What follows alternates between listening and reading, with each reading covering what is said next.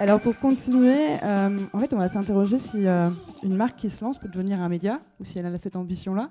Alors on va parler avec Nicolas Cloutier, qui est CEO de Nose.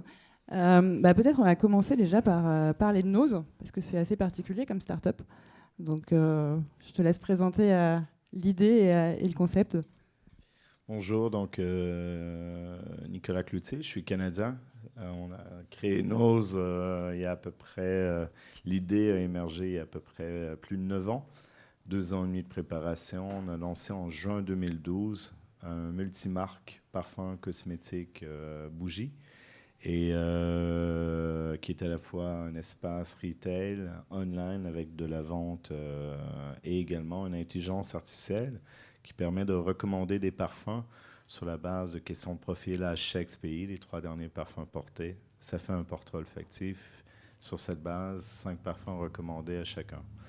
Donc, en gros, c'est un peu ça. Ouais.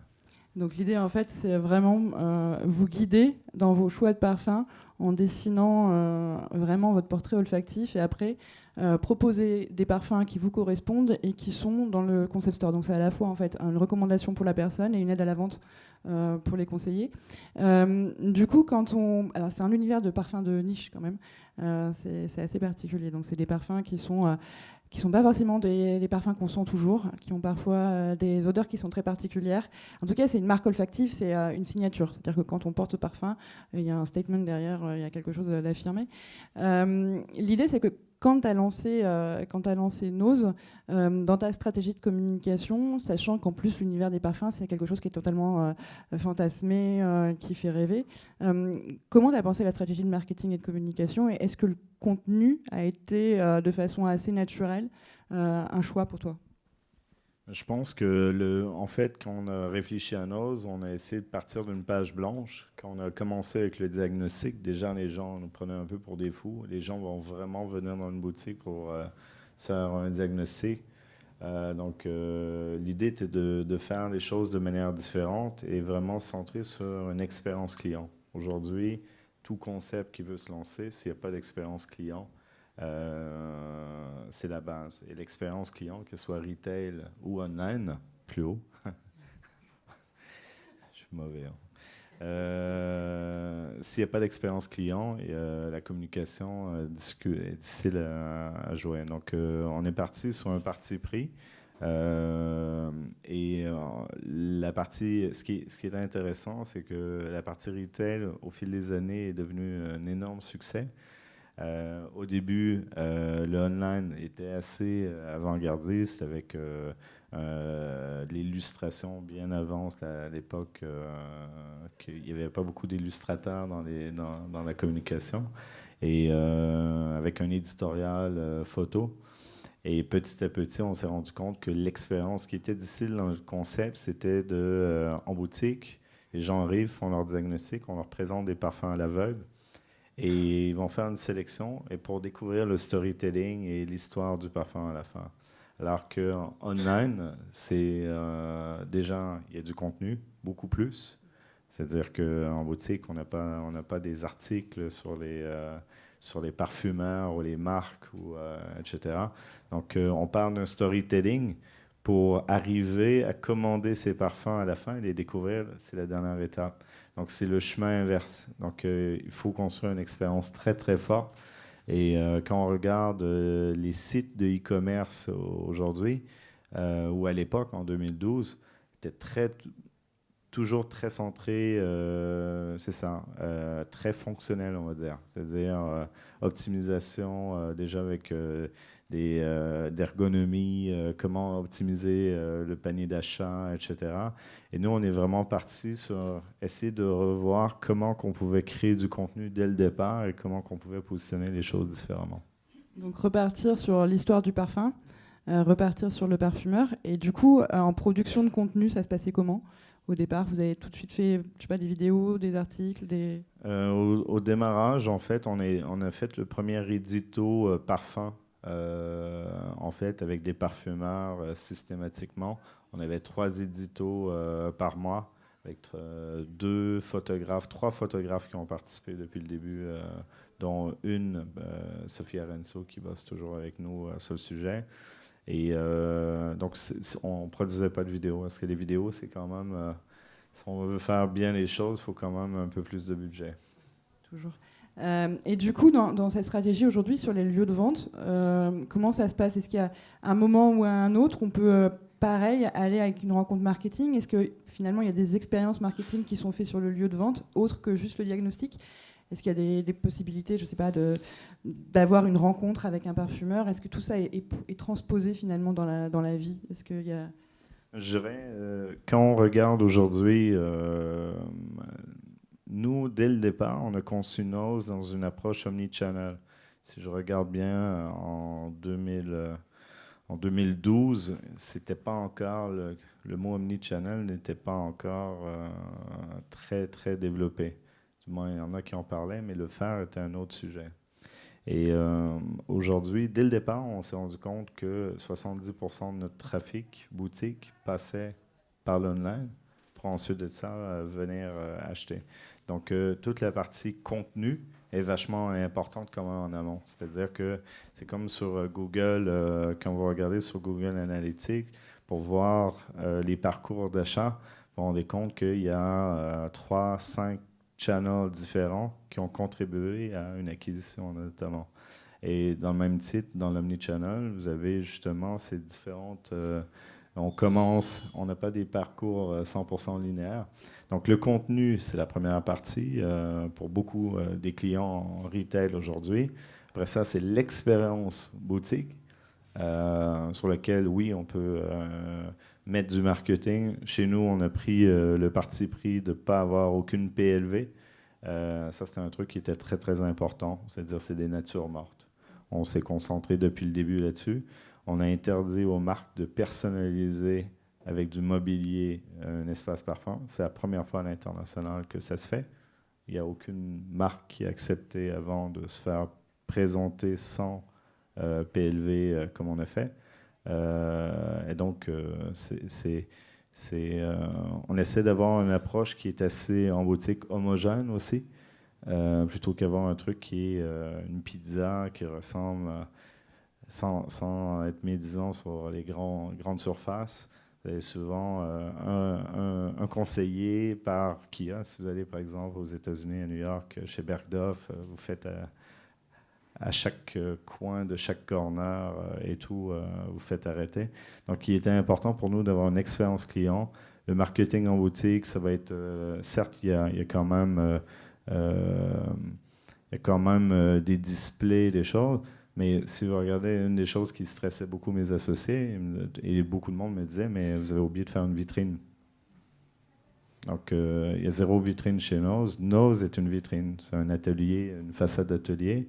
Il y a un immense bar au devant. Au démarrage, les gens me disaient, mais t'es fou, les premiers mètres linéaires en retail, c'est les choses les plus importantes en termes de produits. Il ne faut surtout pas mettre un bar à l'entrée. Il faut le mettre derrière. Donc, on a pris, c'est un parti pris, où est-ce qu'on s'intéresse d'abord aux clients. J'aime bien, il faut savoir à qui on s'adresse aussi. C'est-à-dire qu'on ne s'adresse pas que à des gens qui sont avertis ou des bobos qui ont écouté tel type de musique, qui vont faire telle chose. On s'adresse vraiment à tout aujourd'hui. Par contre, on a des clientèles assez précises avec des sujets de communication qui vont attaquer, avec des produits qui vont attaquer différentes clientèles. Il y a donc toute une newsletter. Vous allez jusqu'à la personnalisation de la newsletter en fonction d'une typologie de client? Oui, en fait, 100% de nos newsletters sont personnalisés, non pas juste avec madame, monsieur ou avec le prénom ou le nom, mais en fonction des appétences de chaque client. C'est-à-dire à la note près. C'est une vraie connaissance des audiences et des personnes à qui on s'adresse. Je voudrais juste finir sur l'utilisation des réseaux sociaux. Est-ce que c'est quelque chose sur lequel, au départ, tu avais misé, ou est-ce que c'est quelque chose vers lequel tu te détaches, ou tu continues, je ne sais pas, Facebook, Twitter, Instagram On a misé dès le démarrage sur notamment Facebook, qui était très, très intéressant. À l'époque, c'était très avant-gardiste et c'était une façon de toucher des gens, des cibles, avec, sans nécessairement avoir besoin de passer par une agence. Quand on est une petite start-up, on est beaucoup dans la démerde, hein. On est sur Photoshop, Illustrator, on est sur beaucoup de choses. Mais Facebook était clairement un axe d'acquisition au démarrage. Aujourd'hui, ça l'est moins. Facebook, les gens le délaissent. Moi, personnellement, si j'y suis une fois par semaine, c'est bon. Mais pour moi, il y a certes Instagram, mais Instagram va devenir probablement un média avec beaucoup de publicité qu'on voit de plus en plus, etc. Donc, il faut diversifier.